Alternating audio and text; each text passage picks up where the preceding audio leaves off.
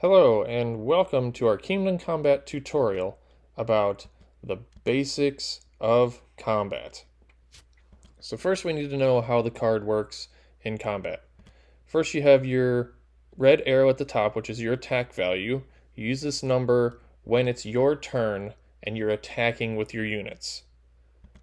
The next number in blue is your defense value. This is the number you use when it's not your turn and you're the defending player. The third shield in green gives you the armor value of the unit and says how much damage that unit can take before it is destroyed. So let's show you some examples. Our player on the right has the spearmen, which they are the attacking player.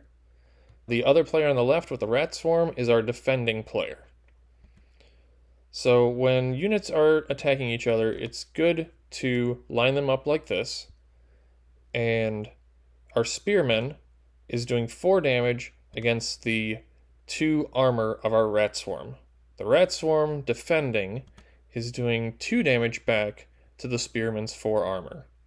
The 4 damage that the spearman did to the rat swarm is enough to destroy the rat swarm. The 2 damage that the rat swarm did defending to the spearman was not enough to destroy that unit, so that damage will fall off at the end of the turn. We have another example here where units can join together to attack or defend in combat. So let's see how this plays out. Again, line the cards up. Our spearmen will do 4 damage to the rat swarms. 2 damage to the first one, 2 damage to the next one. The rat swarms combine their defense. The spearmen did enough damage to destroy both rat swarms.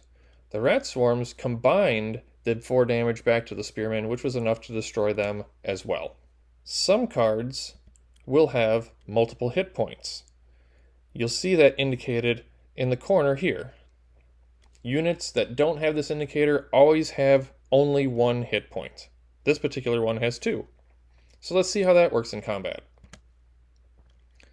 Again, we have our active player on the right with the skeleton warriors. On the left, we have our royal cavalry, which is our defending player with the 2 hit points. So when these 2 cards are involved in combat, the skeleton warriors will do 5 damage to the armor of the royal cavalry, which is 5, and take away 1 hit point from this unit.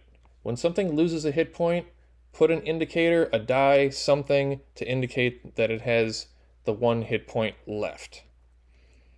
The Royal Cavalry defending will do 5 damage back to the Skeleton Warriors, 4 armor, which is enough to destroy that Skeleton Warrior. The Royal Cavalry lives to see another day. So this next example will bring in a joined-in attacking unit against the Royal Cavalry. Together, both Skeleton Warriors will do 10 damage against the Royal Cavalry's 5 armor. The Royal Cavalry will do 5 damage back to the Skeleton Warriors. The 10 damage is enough to take away 1 hit point off of 5, and another 5 damage takes off that second hit point, which will destroy the Royal Cavalry. The 5 damage defending that the Royal Cavalry was doing will do 4 to the first Skeleton Warrior, 1 to the next, which will destroy 1 Skeleton Warrior, and the other will live to see another day when the damage drops off at the end of turn. Combat in structures is a little different, so let's explain that. When you're looking at a structure, in the bottom right corner, it has its hit points. It's the amount of damage it takes to destroy this structure. So let's take a look at a basic example of how combat works in a structure. So our peasants are going to move in here and exhaust and move in to our barren lands to attack it. Peasants have 2 attack damage, and it will do 2 damage to our structure, which is enough to take away all of its hit points and destroy it. Here's a different example with our dead swamps that has 4 hit points. We'll bring in our peasants again, who will exhaust and move in to attack the dead swamps. they will deal their 2 damage to the dead swamps, which will take away 2 hit points. That wasn't enough to take away all the hit points, so we'll put a die or a counter on that structure to say that it has lost those 2 hit points. The peasants does not destroy it, so it stays inside the dead swamps for the next turn.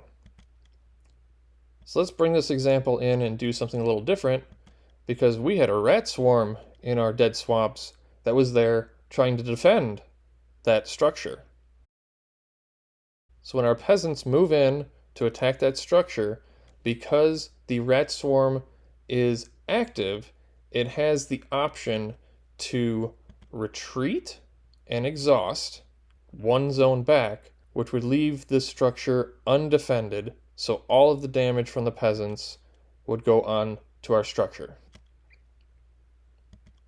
Now, if in that same example, our rat swarm decided to stay and defend this structure, the peasants would do the damage to the unit that stayed and defended first. Of course, it only had 2 damage it can do. The rat swarm soaks up that damage. It would destroy the rat swarm, but the structure has not taken any damage that turn because it was defended by that unit. Here's another great example. If our spearmen, which are a little tougher than our peasants, come in and our rat swarm again defends, our spearmen are doing 4 damage across. So the unit that stayed to defend would soak up 2 of that damage, and the other 2 damage would go to the structure and do 2 hit points to that structure. The rat swarm, of course, would die because it took enough damage, but we would leave an indicator of 2 hit points of damage on that structure because it has taken damage, but it has not been destroyed. That's the basics of combat in Kingdom Combat. If you have any questions, please leave them in the comments, and stay tuned to the other videos in our series on how to play Kingdom Combat. Thank you.